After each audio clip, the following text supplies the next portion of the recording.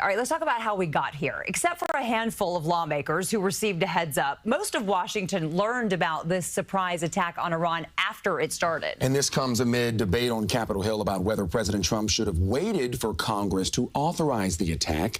Political reporter Marcia Kramer says the reaction is predictably breaking down along partisan lines.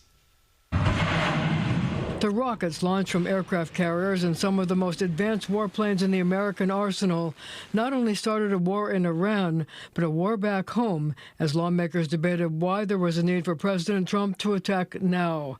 Congressman Gregory Meeks is the ranking member of the House Foreign Relations Committee. There was no evidence that was presented, no dialogue or conversation to say that there was an imminent threat. So that makes it a war of choice. It did not have to take place. The president gave them 60 days last summer to negotiate. They refused. He took action.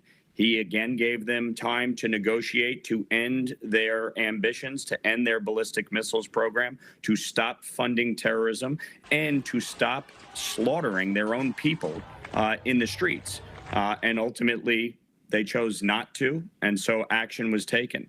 The president was fully justified. Yes, the partisan divide in Washington was on full display as President Trump told CBS News he thought a diplomatic solution was still possible.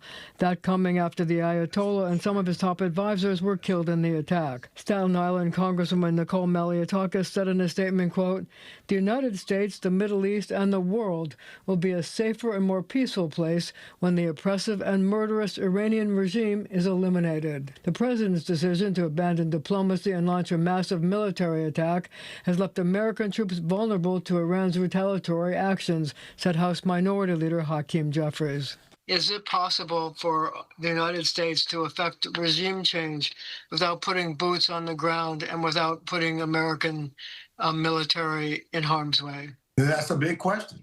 As Colin Powell once said, if you break it, you own it. And so now, in a sense, we own it. Congressman Meeks says Congress is expected to vote on the War Powers Act next week. He told me he hopes it passes because it says the president has to come to Congress if he's declaring war. I'm Marcia Kramer, CBS News, New York. And boots on the ground is the big question hanging in the balance right now. Be sure to stay with us for all the latest developments on this story, both on air and on our streaming channel. You can also get updates anytime on our website, cbsnewyork.com.